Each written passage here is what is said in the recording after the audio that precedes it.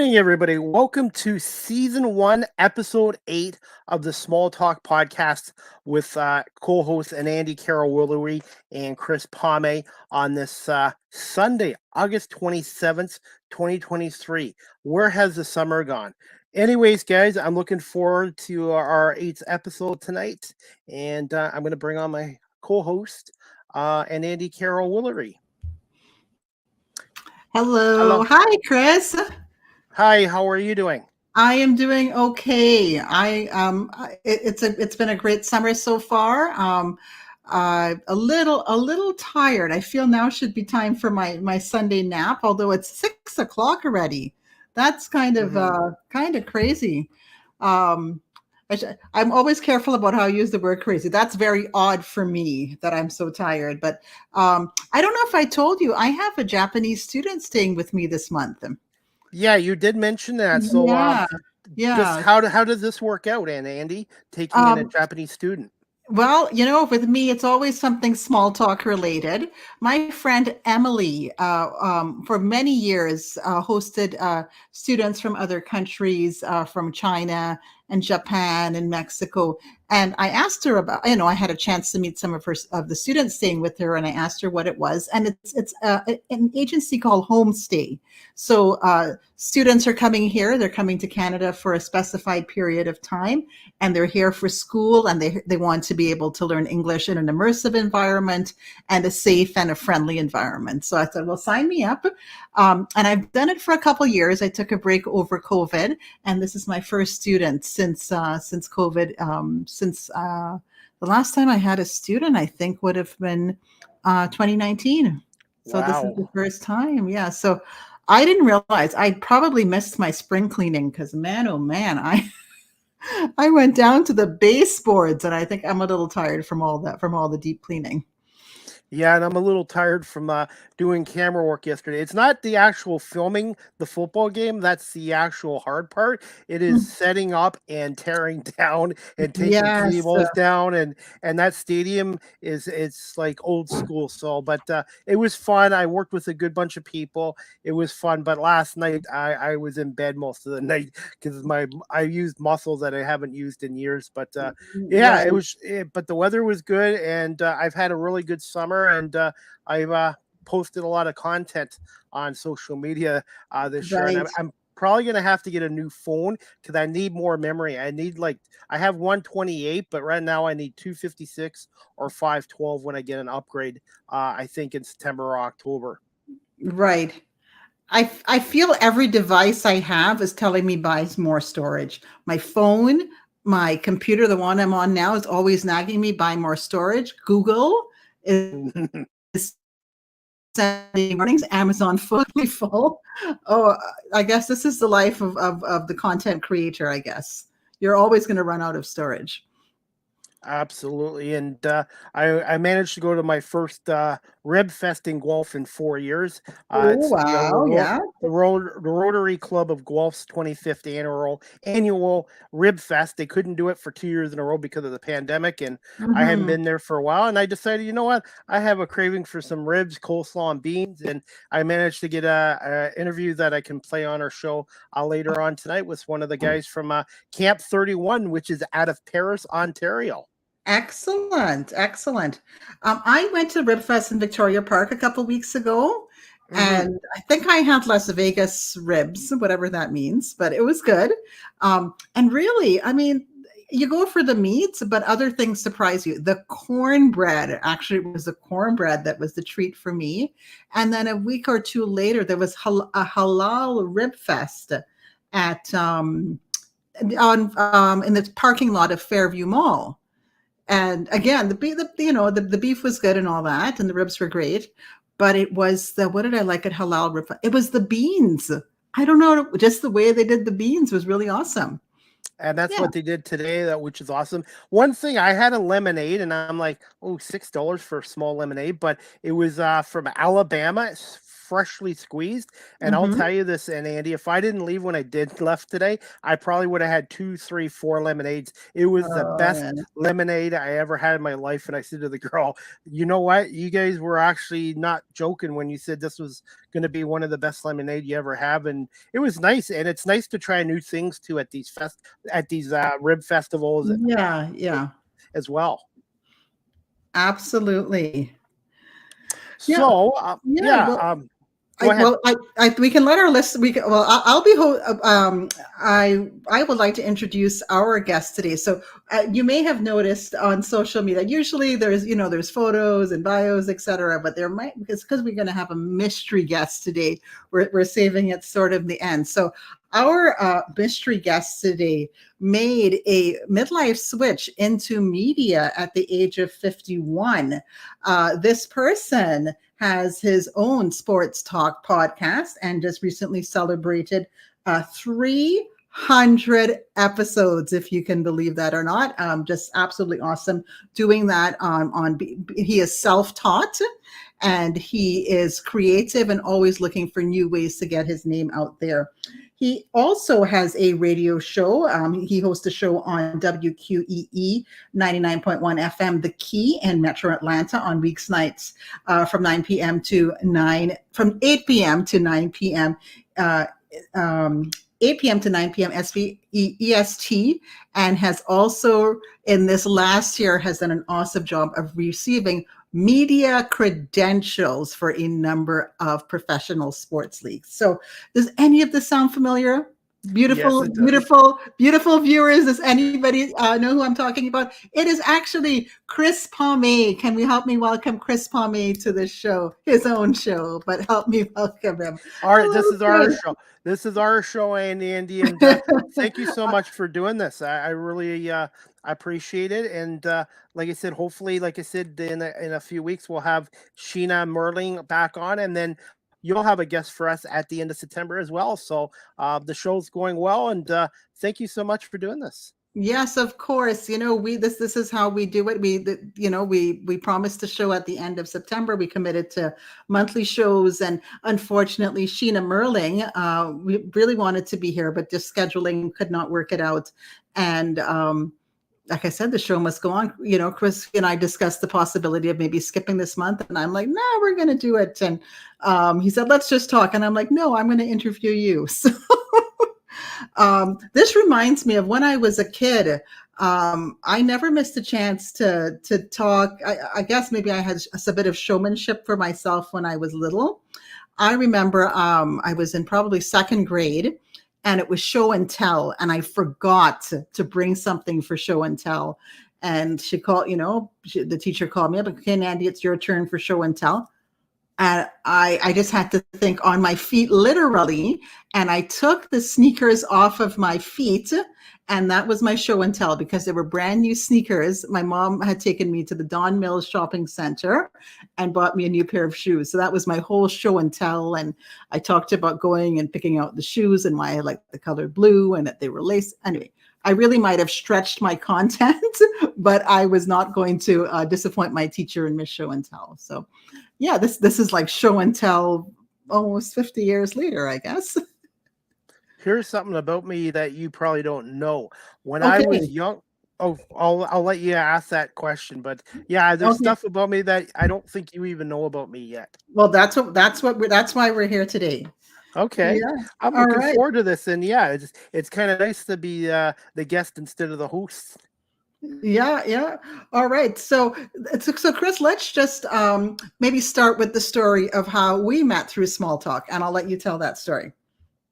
Well, we met through Small Talk through Rogers TV, with you being involved with them and myself being a camera operator. And how I got involved with Rogers TV was through the Guelph Nighthawks of the Canadian Elite Basketball League before they moved to Calgary. I was a volunteer there. In July 2019, they needed a camera operator. I volunteered, but I said, I have no idea what I'm doing. And at the time, I had no interest in broadcasting at that time. And they took me up to the press box up at the Sleeman Center. They showed me what I needed to do for camera work, and I actually enjoyed it. And they actually paid me for doing the game. And Steve Fay, who was a volunteer with the Rogers TV, was with the Guelph Nighthawks, and he said, "Chris, do you want me to put in a good word with you with Jordan Gruber, who was the volunteer coordinator back then?" And Jordan called me up, and he goes, "Would you like to come in and meet me, and we'll have an interview for coming in and see if you want to come and help out with Rogers TV?" And the rest is history. And Rogers TV led to my podcast and my radio show, just being at the right place at the right time. Yeah, and yeah, being available, being willing. I think. I sometimes I think that's part. We think it's all about ability, and ability is important, and expertise is important. But I would say equally important is being willing and showing up.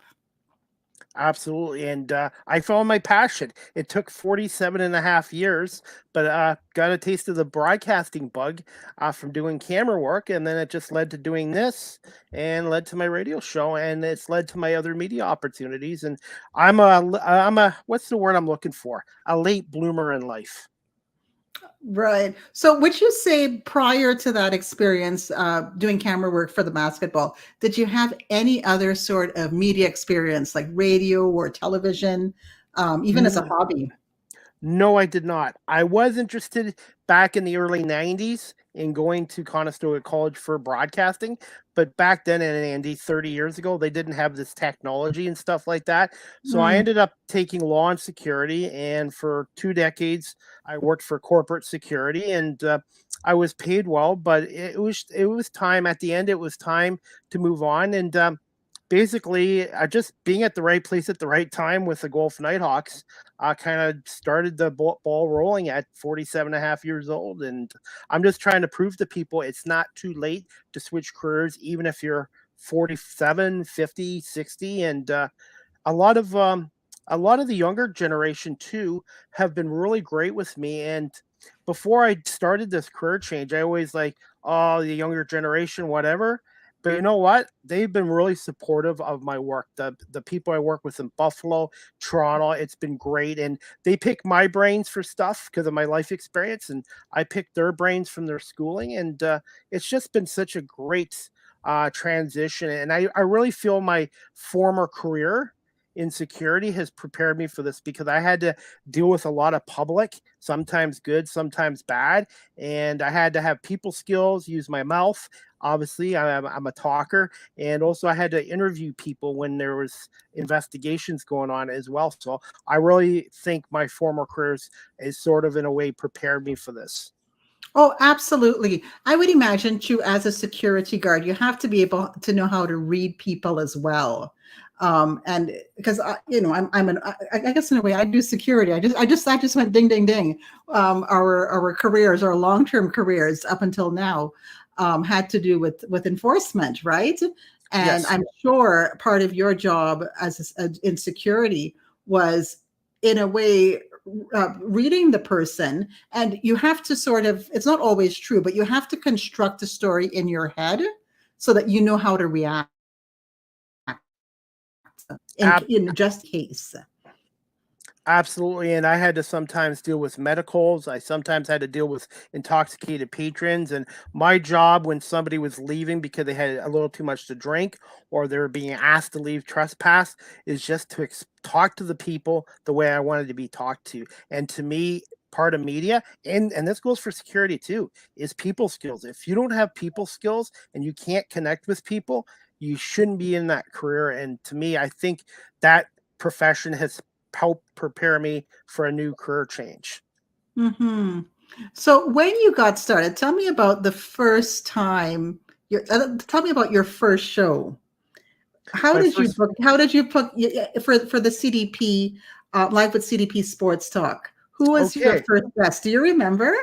I do, and you're gonna. It's a good story here. Originally my show was called Chris's Corner, and it was just a sports memorabilia podcast. It was on Instagram. Wasn't very good. And then eventually I spread out to 30 Minutes Live with CDP. I still couldn't get any guests on.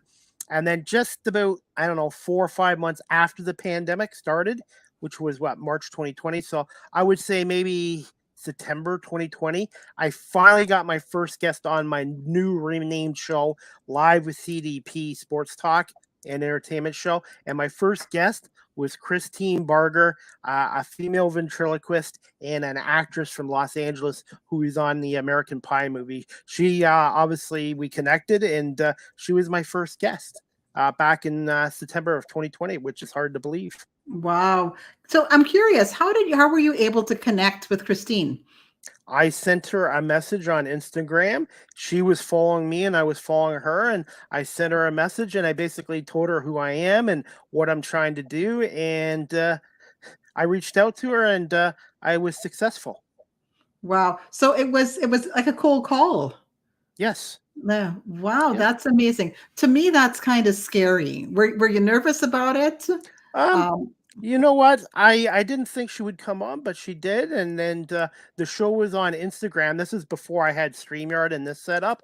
But no, she was great, and she talked to me for about 45 minutes to an hour. And that's why I had to change my original name on my show, because most of my shows were going 45 minutes to an hour, which is a good thing because the guests like talking to me. So I decided to get rid of the time constraint. And I've made some adjustments with my show over the years with going to StreamYard to make it look more professional, and added some more equipment. But yeah, you got to reach out to people. And I would say, Anandi, and all the time I've been asking for guests, I would say maybe 90% of the time I reach out to guests, they can come on. And sometimes, hey, that some people aren't interested in coming on a podcast or a radio show and stuff, but you don't take it personally, and you just reach out to people. And Jerry Howarth, I never thought I'd get him on my show. He came on 2 years ago. He's the longtime voice of the Blue Jays, and he's a legend in the game of baseball. And he came on my show, and we talked for an hour. And it's just amazing. And Andy, it took a while to get guests on, but sooner they got Christine on, and then other people coming on, I was building my video resume on my YouTube channel, and people started noticing my body of work. But it takes time. I wasn't like, hey, I'm going to do this podcast and I'm going to get all these people on my show. It took a lot of hard work, and I had to do a lot of solo shows, talking with myself for 4.5 months before I could get guests come on. So okay. But you still consistently broadcast. Even when you weren't able to have a guest, you would still be consistent in broadcasting. absolutely, I Which was is doing what it. we're doing today. Absolutely. And Yeah. I love this. I have a passion for it. And I love the storytelling aspect of it from my guests, and from my life experience as well. Yeah. What guest has made the biggest impact on you? I'm sure there are a couple, but which guest comes to mind in terms of what you discussed and what they told you that has caused a shift in your life, perhaps? I could take an hour with some of these guests, but Dan Schumann, who's the Blue Jays TV play-by-play announcer, and also on ESPN. Dan came on and talked to me for 35 minutes, and at first it was okay, but as soon as I mentioned the Detroit Tigers and Ernie Howell, the late Ernie Howell, a broadcaster with Detroit, he opened right up with me. So I would say Dan and Jerry Howarth, who did the Jays games on radio for 36 years, very supportive of my work. And he's always telling me how much I've improved, and he's proud of me. And that means a lot to me. And Eric Smith of the Raptors. When I first started doing this too, Andy, I didn't tell you this. All my shows were all scripted and everything. And Eric gave me some advice. He said, it's okay to write down points or questions you'd like to ask, but talk to your guests like you're at a coffee shop or at a hockey arena or whatever. Natural conversations make for better podcasts and better radio shows. So Dan, Jerry, Eric Smith, Chuck Swirsky. I've had the gentleman that's played the Philly Fanatic, one of the world's most Oh, famous mascots, on my show too, Tom Burgoyne, and he came on my show for an hour and told me a lot of his stories. And I just, like I said, I've been very lucky and very appreciative of all these guests. But I would say the gentlemen I just mentioned there have been the biggest impact, because they've actually given me their time and basically have told me what I need to work on and to be myself. Don't be somebody that you're not.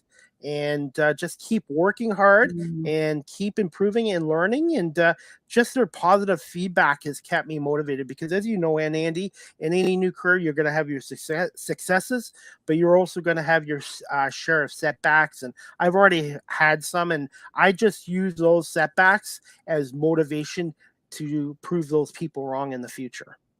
Right, right. Yeah, just amazing. As you listed off your guests there, I'm really amazed. And again, I'm learning from this too, that there's so much diversity within your topic. So your topic is sports and sports news.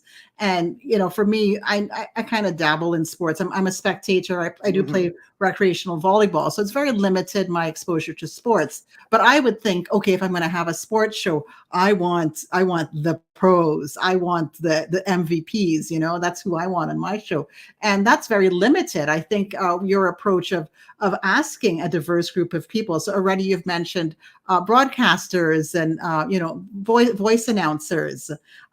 You've mentioned a mascot. I don't know if coaches as well are part of your repertoire as well as athletes themselves. And that's a really smart approach. I've had coaches on. I've had two female ventriloquists on, Christine Berger from LA and Lindy Jane from Australia. I've had singers from the UK on my show, and I've had people that worked with workplace bullying stuff in Switzerland and Edmonton. So 80% of my shows are sports. I love my sports, but I want to show the radio industry, the TV industry, that Mr. Pomay can do more than just sports. And I just feel that it's important in the media industry. And Andy, and you know this as well, is I might not be the best at everything in the media industry, but just to try to learn it all and just try to be good at a little bit of everything as well. Right, right. Well, right now we're using StreamYard. When you first started out, what you said you're using Instagram Live? Yes. What other platforms have you used? I was using Instagram Live and Facebook, but my friend Jamie Pegley, who is from Philadelphia, he's called the Philly Sports Guy. He's a passionate Philly sports guy. I befriended him, and he referred me to StreamYard. And I was a newbie to StreamYard a couple years ago, and I had no clue. And Jamie took the time to send me emails and messages and say, "Chris, this is how you do this and that." And I put into work, but he also gave me some advice and kind of gave me help with getting StreamYard. And it's been great because now with StreamYard, our show is on Facebook, our Facebook page, on YouTube, LinkedIn, Twitch, and on 14 audio platforms. And I want to say a shout out to Cheryl Pluff, because Cheryl Pluff, former the Weather Network person, and also on CKCO in Kitchener. She told me about Spotify. Get your show on all the audio platforms. So Jamie Pegley in Philadelphia helped me with StreamYard, and Cheryl Pluff helped me with getting my show on audio platforms as well. Right. I love that little story there, because it just shows that we're not alone. I think as an adult learner, it's scary to try to learn something new, especially technology. But you didn't, you did, I would imagine, I know you did. You did a lot of the work and you took the initiative, but you didn't have to do it alone. Absolutely. And I've picked people's brains and reached out to them, and it's called paying it forward. And Andy, now I've got some new podcasters that are contacting me about coming on their show, which is hard to believe, and asking me for advice. And I'm trying to do for those people who did it for me. I'm trying to pay it back forward, because the media industry can be very competitive. It can be very difficult, but everybody in this industry has been really great with what I'm doing. And I'm now trying to pay it forward to new people that are trying to get in the industry as well. Excellent. All right. I keep hearing a theme here. You've said Phillies like 5 times, Chris. What's with Chris Pomay and the Phillies? Tell me about that. I'm a Philadelphia fan. I love the Philadelphia Eagles. The Phillies I like too. The Tigers are my favorite ball club. But the city of Philadelphia, I've had some guys on from that city. Obviously, the Philly sports guy, Jamie Pegley, but also the Philly fanatic, Tom Burgoyne, Jim Jackson, the voice of the Philadelphia Flyers, Tom McCarthy, the voice of the Phillies and NFL on CBS. So the media in Philadelphia has been really good with my work, and it's a passionate city. Their fans might be a little rude sometimes, but they just care so much about their teams and sports, and they love their beer and they love their Philly cheesesteaks, and of course my story is sort of like the Rocky Balboa story. Obviously, not like that way, but one of their former Eagles players, Vince Papale, back in 1976, was a bartender, and he tried out with the Eagles as a undrafted player, and he made it at the age of 31. And his story has inspired me because he was at the time the oldest rookie in the NFL to make a team, and he did it the hard way. He did it the long shot way, and that's one of my favorite movies is the Rocky Balboa movies, and Vince Papale, he's just a real life Rocky Balboa, and I look at myself as an underdog in this industry, and that's sort of my inspiration. Right. And age is no barrier, right? It's the willingness and learning and getting that ability, right? That's what the game, this is what the game of life is about, right? Nothing's going to be handed to you. I mean, you get help along the way, but you do have to work for it. You have to want it first, and then you work for it, right? Absolutely, and I feel like I have a passion for this, and a strong work ethic, and most importantly, a willingness to learn. There's like even with camera work and Andy, I'm still learning constantly, Mhm. and I don't want to ever get complacent in here. If there's something I can improve upon, that's what I want to do, and I just take one show at a time, one day at a time, and I just have a passion for this, and I love the storytelling aspect of it as well as the camera part of it because we know the on-air talent gets a lot of the credit, but you need your camera operators, you need your Mhm. audio guys, you need your producers, you need your tech guys like Jeff Ketty, by the way, to make Jeff a Ketty, broadcast work. shout Yes, out to Jeff Ketty. Make sure yes, you tag him when we post, yeah. yes. So it's really a team effort, by the way. Yeah. It is, yeah. Um, I had a question, then it just because you said Jeff Ketty, I'm thinking about Jeff Ketty now. About trains. You're not a train guy. Jeff Ketty is a train guy. You're not into trains, are you? No, but when I No, was younger, when I was little, I had train sets. I had the really? little Okay. CNN. Yeah, I had the little train sets, but yeah. Beyond that, oh, I know what I was going to ask you. So going back to how you get your guests, like it's amazing, 300 shows, and in that time hundreds of guests. What makes you think, like, how do you come across, how do you stumble upon your guest and then say, oh, I want to contact this person? How do you find them?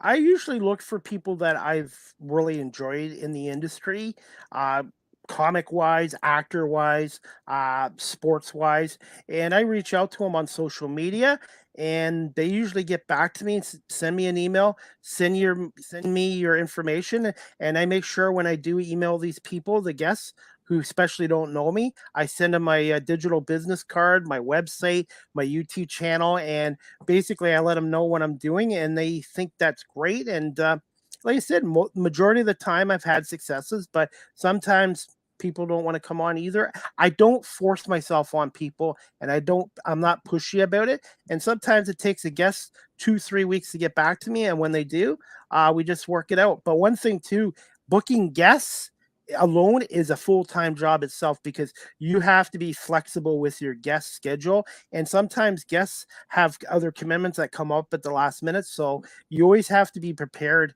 try to be prepared, and the show has to go on and stuff like that. Yeah, yeah. So, so it sounds as though you probably are watching sports and you're watching commentary, probably online. Do you follow sports pages as well? Do you follow the magazines and newspapers as well in terms of sports Yes, I news? do. Yeah. Yes, I do, and yeah, and like I said, I just reach out to these people, and what I try to do also, and Andy too, I try to make you mentioned the word earlier, my show diverse. Obviously, I love my sports, but I love to try to get men on my show, females on my show, and I just try to get people from other countries on my show too. So I really think it's very important, even with a sports show or any kind of podcast, to try to make your show diverse. And I like doing that. I really enjoy that. And having people on from different countries and different perspectives is great. And I learned something from those guests too. Yeah, and I think those lessons you've brought those to this particular podcast as well. This is episode 8, and we've had people from all walks of life, and we try to stay local, but we've had the odd person outside of the region. But even within our own region, there is tons of diversity, and I'm glad we get to reflect that on this show here. Where I was going with the whole sports media thing is what's your favorite what is your favorite sports outlet for news for sports news? I guess No preference. ESPN, Okay. TSN, CBS, various ones. I don't have one favorite one, but a number of them as well. Okay. Do you think now are you putting your resume out there for jobs positions such as on ESPN, TSN? Is that something where you hope your path will lead? My ultimate goal is full time in radio. Like right now, I'm on a radio station in Metro Atlanta. It's not a big station, but it's a start, and it's done remotely from my home in Guelph, and it gets aired in Metro Atlanta. And my ultimate goal is to get a full time position, hopefully in a radio station as an on air radio personality. And I always loved radio, and Andy. I grew up in the 70s and 80s. I'm dating myself. I was listening a lot of sports back then. There was hardly any sports games back on TV as much as they are now. Back then, there was like a game of the week back in the 70s and 80s, and that was a big deal. So a lot of my growing up in Oakville back in the 70s and 80s was listening to Blue Jays baseball on the radio, Argonauts radio. So I kind of grew up a radio guy, and I've always have a passion for it. And as you know, I'm a talker, I'm chatty, and I like to ask questions. But one thing you didn't know about me is when I was born, I didn't talk my first word until I was 4 years old. And Wow. I was shy until I was probably in my late 20s, early 30s. And when I was in school, I avoided public speaking. I hid. Mm, I made any excuse to get out of it. And now look at me at 51. And it's just I think I've evolved over the years of into a course. more social person. Of course. Well, after age 4, the floodgates opened, Chris. Uh, yeah, that's what my mom says too. So absolutely. So I Absolutely. saved it up. Yeah, well, that was just that love of radio. I definitely can identify with that. Now, I grew up in Trinidad and Tobago, and we when I was for a while, it was just one TV station, and it didn't even broadcast all day. In the morning was like Sesame Street and soap operas, and then it took a break, and then 3 p.m. would be Sesame Street again and a couple local shows. So we didn't have a lot of sports content, but we in the Caribbean, especially Trinidad and Tobago, we love sports. We love soccer, or we call it football, and we love cricket. And, cricket can go on for 4 days. And one memory I have as a child is listening to cricket matches on the radio. And cricket is a really slow game. It's not fast like basketball. It's not fast like baseball. It's similar to baseball, but it's not as quick as baseball. But I really admired the talent of the commentators to make an interesting show, because the in-between parts, when they weren't actually commentating on the action, they'd be pulling out stats and they'd be pulling out bios. So that's that I really admire those commentators, and I admire you, Chris, for that being your aspiration as well. Thank you. And I was told this too in radio.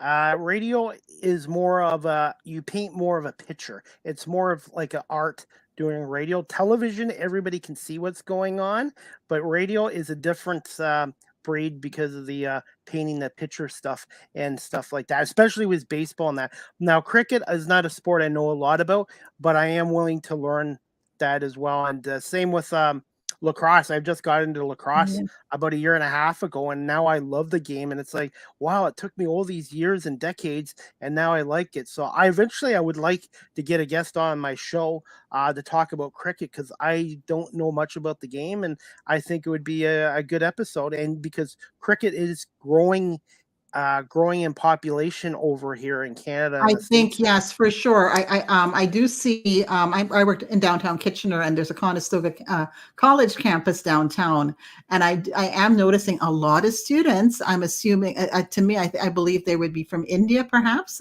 or other parts of the world where there's the Indian diaspora. And of course, that was always the rivalry for cricket was England, West Indies, and India, Pakistan, Australia, like that. Those are the big cricket rivalries. So yeah, I think we will see an increase in leagues, cricket leagues in the area. And I will keep my eyes open if I in any of my small talk conversations I come up on a cricket person, I'll put them in touch with you. Okay, and I want to say thank you for being a part of this show because, like I said, I'm so used to doing my shows solo, and I think it's a good experience.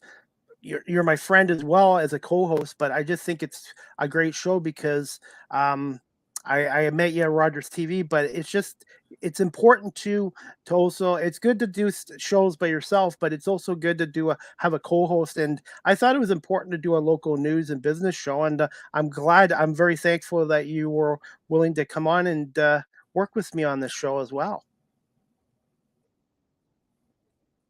Yeah. Well, and yeah, absolutely. No, it's my pleasure. I've learned so much, and even my shyness around trying to approach people and ask them, "Would you like to come on come on our show?" I used to be really nervous. There's just something with me. I guess I'm a sensitive person, and I don't do well with what I perceive. I realize now it's a perception. What I perceive to be rejection. And now I just realize it's not rejection. It's, other people may have things going on. It's not it's not a personal reflection upon me. I can ask and the answer can be yes, the answer can be no, or there could be no answer. And that's okay. That's just the way life is. And that's something that I've learned from you. Just go out there and ask. And if it's a no, then you just thank them and you move on to the next one, right? I got a quick story for you. I had No, a of guest course. lined up. I had a guest lined up through LinkedIn, and he contacted me. But I guess he mistook my podcast. Obviously, my CDP are my initials. Christopher David Pomay. So Mm-hmm. now you know. And he thought it stood for an accountant thing or something like that. Oh, okay. And so as he waited about a week, and then he goes, "Your show's all sports," and I'm like, it's sports, but I've also branched out. And he goes, "Oh, I thought you were an accountant. So can we cancel?" And I'm like, okay. I said, okay, no problem. I said, thank you for letting me know now instead of waiting to the last second. Because people don't realize too, I put a lot of effort and time and work into my shows and making sure I have good shows with my guests. And I guess he didn't do his homework on my podcast show. And I guess he thought CDP stand for some kind of other profession and stuff like that. But also too, I've had a few guests kind of not stereotype me, but they're like, I like you, Chris, but you're just all sports. But that's why I think it's important for me to do the Small Talk podcast. And I love my sports and I don't want to give them up, but I want to prove to all my guests that I'm very diverse, and I love talking to guests and learning stuff too. And if you check out my YouTube channel, you'll see there's quite a number of episodes that are non-sports related as well. Right, right. And that's where your passion is. Like, I mean, never make any excuses for your passion. That's your passion. My passion is different. My passion is storytelling, memoir storytelling. I do storytelling workshops with women. That is where my passion lies. And this is sort of my stretch factor here. But not so much because we do talk to a lot of businesses. And I think our viewers know and our listeners know as well that I'm actually a government auditor. So I'm no stranger to the business world and asking very deep questions. Yes. So that experience I bring to it. But in terms of, I love that job. It's great. It's a wonderful job. But I would say my passion definitely lies with storytelling, memoir type, and helping women who normally don't have a voice get that courage to tell their stories. That's where my passion is. And it's like these, in school they have these Venn diagrams. So there's circles here and there's circles there. So your passion is one and my passion is another. But the two can intersect, right? We have this commonality, and that's what this show is about too. Absolutely. And also too, you've got TV experience with Rogers TV, Right. and I think you're the TV side and I'm kind of the radio side, but I also have so much respect for the TV side because there's a lot of work putting in a broadcast as well, and you know that as well with being with Rogers TV. So and Yeah. I think when we first met, we hit it off, and you checked out my work and obviously liked my work, and I think maybe you also talked to one of the producers, I think I did. Robert, about Yes. me, and I did. yeah, I did my background checks. Yes. Yes. So I pride myself. I'm not perfect by any means, but I try to pride myself on being a good person, not just on front of the camera or behind the camera, but off the scene as well. And I'm just really glad that I met you, and I've met some nice people, Mhm. yourself and Jeff Ketty from Rogers TV over the years, and And then, obviously, and then the fellow Ryan, who did our intro for us as well. Yeah. yeah, Ryan Callahan too. Yes, so it's really this career change has kind of changed my life in a more positive direction, and like I said, and I've got people telling me now that I'm inspiring them, and I never thought. I was like, really? Are you serious? You got the right Chris Pomay, and it's just a really nice feeling. I'm not trying to get a big ego, but it's just a nice feeling when people say that I'm in help inspiring them, and if I can help do that, I will. I'd be glad to keep doing what I'm doing, and I'm very Well, fortunate. yeah, well, in this business, like it's hard because it can be a bit of a tough slog, and sometimes you have the doubters in your life, and so you have to you have to give your own, you have to be your biggest cheerleader in a way, not to be vain. I mean, you do have to stay humble, but you do have to be kind of on a regular basis affirming yourself. And it is so sweet when people you admire and respect, when they affirm you too. That is a gift, isn't it? Absolutely, Yeah. 100%. Yeah. Yeah. Oh my gosh. Well, where has the time? It's 6:42. Was there any other story that you wanted to share, Chris, before we headed out to this beautiful evening? I did have an interview today with Mitchell. I think what's his name, Mitchell Russell, with Camp 31 Barbecue in Paris, Ontario. As I went to um, the Rib Fest here in Guelph by the Rotary Club of Guelph, the 25th year, and I did a 3 minute interview with him, and that's another thing too in Andy I've learned how to do. I couldn't do it during the pandemic, obviously, but the last 2 years now I've been doing a lot of in-person interviews, and I'll play a clip of Mitchell coming on today, and also media passes with the Buffalo Bisons, Buffalo Bandits. I was on Yes, the congratulations. I did want to talk about that. So let's okay. go a little backwards here. We'll go in reverse chronological order. So what was the latest pass that you got, Chris? The latest work I did was the Toronto Argonauts, but I have one with the Buffalo Bisons and the Buffalo Bandits and the National Basketball League of Canada. And the Buffalo Bisons are the top farm team of the Blue Jays. And the other day I got to talk to Bo Bichette, his father Dante Bichette, who played in Major League Baseball. And I'm getting to interview guys that are going to be in Major League Baseball, and everybody in the Bison's organization, first class.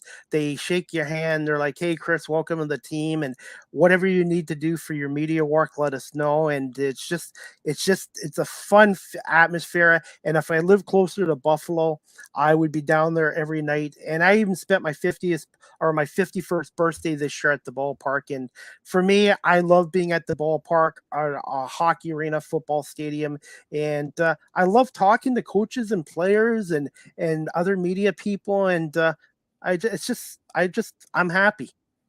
Oh yeah, that would have been what a great way to spend your birthday. Fantastic. Absolutely. I'm so happy for you, Chris. That's awesome. Do you also have did I hear that you have NBA credentials as well, or you're working on that?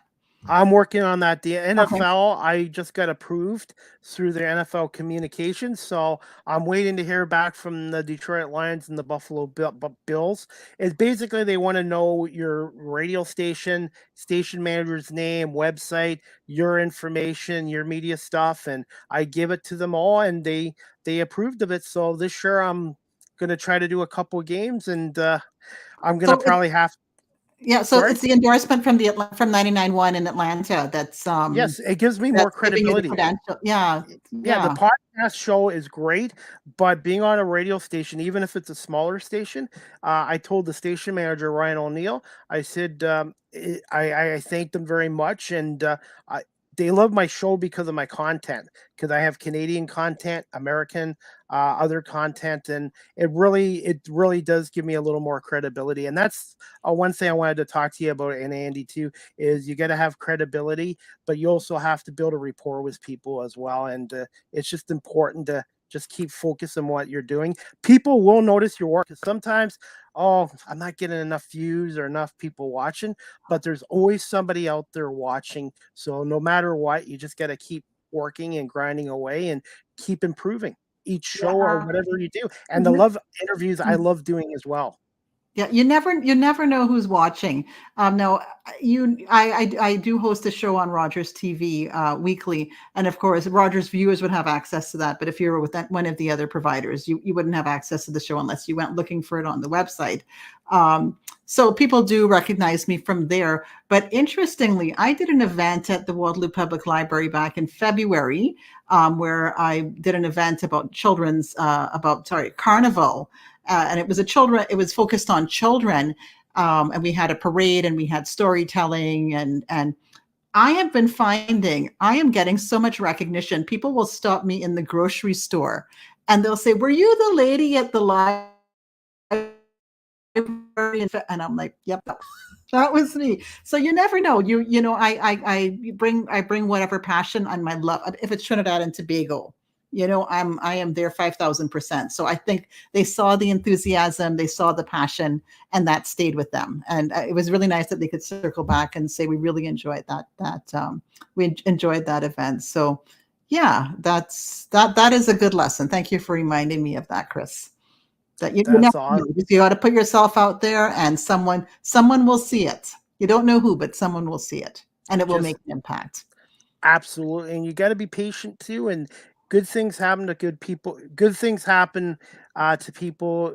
Just sometimes it takes a little time, so you have to be a little patient, and you have to make sacrifices and stuff like that. But I have no regrets getting into the media industry, and this is something I really like, and it just makes me happy. I think it's really important that if it's something that you love doing, then the sacrifices, they are sacrifices, they are hard, but it just makes it a little smoother, a little easier because it's doing something that you love anyway. Absolutely, and I guess all right. Are we gonna run the clip? Yeah. Yeah, it's about a 3-minute view. Are you okay for time? You okay? I am perfect for time. Yes, I told my daughter, my student, I said I'm going to do a podcast now, and don't bug me till 7:00. So I'm good. Okay, yeah, and I've learned to do the quick interviews, and you know this as well. It's just a different feeling when you're talking to somebody one-on-one in person. I love doing this too, but the live interviews is something I really love doing as well. And my former profession, I think, prepared me for this. And I'd like our viewers to take note of Chris's little microphone, his new best friend. Yes, I got that off of Amazon for $9.99. Yes. 1 second. I'm going to play the clip with Mitchell Russell from Camp 31 Barbecue, and the Rib Fest in Guelph is on until 8:00 tonight at Riverside Park as well. Hey guys, it's Chris Pomay here at the 25th Annual Rotary Club of Guelph's Rib Fest here at Riverside Park here in Guelph, Ontario, and I have a special guest here, and I'm going to bring. Hi, can I just get your name, sir? Yeah, it's Mitchell Russell. And can you just tell us a little bit about Camp 31 Ribs? Oh, absolutely, man. Yeah, we're based out of Bruton, Alabama. Been doing it since 1985. We're one of the longest to be doing it, and tons of awards to show how successful we've been. And yeah, it's an awesome atmosphere, and everyone should come on by. Thoughts on this weekend's Rib Fest, and this is the 25th Annual Rib Fest here in Guelph. How many years have you guys been coming to Riverside Park? Oh, as long as I can remember. I can't exactly put a number on it, but we absolutely love this event. Rotary does a fantastic job setting up the park. It's a beautiful park here at Riverview, and honestly, it's a real consistently busy show. So we love coming here. What time are you guys open to tonight? As this is the third and final day of the Rib Fest here in Guelph. Yeah, we're going to close a little bit earlier just so we could tear down our trailers, but we close at 8:00 today on Sunday. And the awards, I think, are getting mentioned at 4 or 5 o'clock. I'm going to put you on the spot with this question, Mitchell. What makes your ribs stand out from all the other ribbers here at Riverside Park in Guelph? Oh, absolutely. Yeah, no, we've been doing it a long time, so we have the recipe down to a science. And low and slow, fruity wood. Hit them on the grill, and of course, our award-winning blue ribbon sauce can't be beat. It's the only blue ribbon you'll find in the park, and it sets sets it aside from the rest for sure. All right, I'm going to ask you one more question. When you guys get here, how long does it take you guys to set up here for the Rib Fest here at Riverside Park? Yeah, we'll usually get here and park the trailers around 10 a.m. and then, by the time we're all said and done, it's usually 3 or 4 o'clock. And, we had to do a little bit of prep, and some of the stuff goes overnight, like the pork and brisket. So, you got to get that in and rolling as soon as you can. So not as long as everyone thinks when they see the operation. It's quite large with the trailers we got, but it goes up pretty quick, actually. And what is your favorite item here? Myself, I'm the brisket guy. I love the beef brisket. Absolutely. And finally, what are some of your prices in case somebody wants to come down here tonight to Rib Fest here at Riverside Park? Yeah, absolutely. You're doing the Rib Fest, right? So you want to get the ribs. Full rack is $34. Pound of beef, $24. We got the pulled pork going for $14 a sandwich. The chicken, $18 for a half chicken, and we have tons of combos to go with it. So everyone should come on by and check it out for themselves. And finally, where can my audience find Camp 31 on social media and your website? Yeah, we have a really active Instagram page, Camp 31 BBQ, and then Facebook as well, Camp 31 BBQ. So everyone should go check that out, give it a follow. There's lots of stuff for somewhere else every weekend, so there's always posts going up. Mitchell, again, I want to say thank you so much for doing this. And I really enjoyed the ribs today and the coleslaw and the beans. And I'll definitely be back next year for Camp 31. Thank you so much again, Mitchell. Oh, absolutely, man. Thanks for taking the time and representing the brand. Glad you enjoyed everything. Have a great day. Thank you. All right. That was courtesy of my YouTube channel. And Andy, thoughts on the interview? There was so much information. It was pretty packed. How long was the segment? You said 3 minutes? 3 minutes and 36 seconds. Wow, you got a lot of information in there, and he was a great interview subject as well, because he's probably answered these questions before.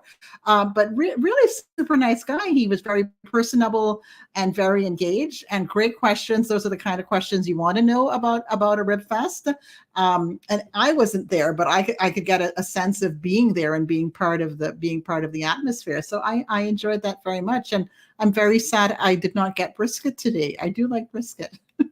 They have very good brisket there too. So maybe next year you'll be able to come down to Guelph and we can do a live show from the Rib Fest. I like that's right. Not just Rib Fest. Like, I'm sure there's always stuff going on in Guelph. So let's do it. I would love to do a live broadcast. Maybe not a whole hour. We have to think of our internet, but but if we can do some segments, right? That'd be very cool. I'm going to ask you a question before we wrap up episode 8. Can you just tell our audience a little bit about our next guest on Saturday, September 30th, I believe, and how did that come about? How has he been confirmed? Did he confirm? I don't know if he confirmed. I can tell you who we're hoping. I can tell you who we're hoping to have. Okay. And if it's not September, it will be later this fall. Is that okay? Yep, that's okay too. Okay, so who I met, I had the pleasure of meeting Alan Cayenne at KW Oktoberfest Woman of the Year. And he was actually one of the speakers there. And I found out after that he's the chair of the Oktoberfest board. And I was very intrigued because he actually looks a little like my son. So of course I had to go. We Caribbean people can sense other Caribbean people. So I went to him and I said, "Is your family from the Caribbean?" And he says, "Yes, we are from Trinidad and Tobago." And I'm like, "What? Okay." And he has a very interesting story, which I will save for the interview, as to how a person from Trinidad and Tobago was interested in Oktoberfest and Oktoberfest culture. And I thought maybe it's the beer. Maybe he's a connoisseur of beer and lager. And it turns out he actually does not drink. So I found him to be a very intriguing person, and we'll ask him some more questions on that as to what brought him to the Oktoberfest board, and what his own. I believe in real life he is he's in the real estate. He's a real estate agent. So how those two worlds work for him, and we'll learn more. I'm very excited to learn more about Alan Cayenne in a future interview. Okay, and as of for now, our next show will be in September at some point to be announced, and we'll announce it on our social media pages as well. And Andy, I got it on the bottom of the ticker. Where can our audience contact us on our show? Okay, so you can email our show anytime, 24/7, smalltalkpodcast50@gmail.com. And we also, do we have a YouTube channel? I can't remember. Not yet. We don't Not have yet. a YouTube Okay, channel, forget but what I just said. but we have a Small Talk Facebook page as well, and we're up to 54 members. And if Yes, you want to, I think we got a new member this morning. Yeah. yes. And then I can tell you my handle if you want to send me a direct message on Instagram, or just follow me and I'll follow you back at Trini ACW. So at TRINI ACW. And Chris, how can they find you? They can find me all over the place. I'm on TikTok. I live with CDP. I'm on LinkedIn, Facebook, Instagram, everything except Snapchat. Pretty well. No bunny ears, no. No, Oh, but no cute little nose, no. That's no, not for but us. but I'll tell you this: TikTok has been a good But experience. and your TikTok as well. You're on TikTok too, Chris? Yes, I joined that a couple years ago, and now I do get your clips. yeah, and it's been a great experience. I promote myself, my guests, or our show, our other shows, and I've made some friends, and there's people on there that are in their 50s, 60s, and even 70s. So yeah, don't always judge something until you get to know it and do your I research. And know. I've learned a lot lately, and TikTok's been a fun experience, and I really enjoyed it. And if you want to follow me there, I'm at Live with CDP there. All right. Yeah, we don't judge. I do remember when when this whole TikTok thing, I was making fun about it, and then you posted our promo, and it was on TikTok, and I'm like, ooh, I can't say mean things about TikTok anymore because it's a very powerful tool. It's like anything with social media. It's a great tool if you use it the right way. Yep, And that's yep. the key to success. But final thoughts before we wrap up episode 8 today. Well, thank you for coming on our show, Chris. I mean, you had to be here anyway, and thank you so much for agreeing to be interviewed and telling us some wonderful stories. And my takeaway is pursue what you are passionate about. That's number one, and everything else will fall in line. But figure out what that passion is and pursue it. That's my takeaway from today. And yourself. Absolutely. And by the way, you have an open invite to come on live with CDP Sports Talk again in the future. Yes, you're welcome to come back on again as well. And I just really enjoy doing this show with you, and I'm looking forward to our next show, hopefully with Sheena in the next few weeks, and then with one of your guests. And yeah, just really want to say thank you, and I hope you have a great week, and we'll definitely we'll send you a video and audio copy of our show as well from tonight. Thank you so much, Chris. Thank you for doing all these technical things for our show. I'm still learning, and I want to say thank you to everyone watching on my Facebook page, our Small Talk Facebook page, LinkedIn, YouTube, Twitter, and Twitch, or X they call it now, and also our audio platforms such as Apple, Google, Spotify, and eventually our show will be on a radio station. I'm working on that as now, and I might have another radio opportunity in September. I will tell you more details when I get more information, but we will be on the airwaves at some point with our show as well. But and Andy, I want to say thank you so much, and I really enjoyed being the guest tonight. No problem. Great show, Chris. We'll see you later. We'll talk to you soon. Thank you so much. Okay. All right, guys, that wraps up season 1, episode 8 with the Small Talk podcast with Anandi Carroll-Woolery and myself. And we will be back in September to be announced which day, which time, and which guest is still to be determined. And I will let you guys know once we figure that out as well. My next live with CDP Sports Talk, brought to you by Barry Cullen Chevrolet, Thursday, August 31st at 2 p.m. Eastern, Season 6, Episode 37, with my guest, Luca Mora. He's a board operator, on-site technical producer with TSN 1050 radio in Toronto as well. So Thursday, August 31st, 2 p.m., Luca Mora from TSN 1050 will be my guest. And again, the Small Talk podcast will return at some point in September. Again, our guests and dates to be announced as well. Finally, I'm going to wrap this up. The Small Talk podcast, again, is live streamed on Facebook, the Small Talk Facebook page, LinkedIn, Twitter /X, Twitch, YouTube, and we're also on all 14 audio platforms such as Apple, Google, Spotify, Amazon Music, and iHeartRadio as well. And hopefully in the fall, we'll be on our radio station as well. That's about it. I hope everybody enjoys the rest of their evening, and we'll see you guys Thursday at 2:00 Eastern for my next Live with CDP Sports Talk. Have a great night, everybody, and thanks again for watching and listening to the Small Talk podcast with Anandi Carroll-Woolery and myself, Chris Pomay. Good night, everybody.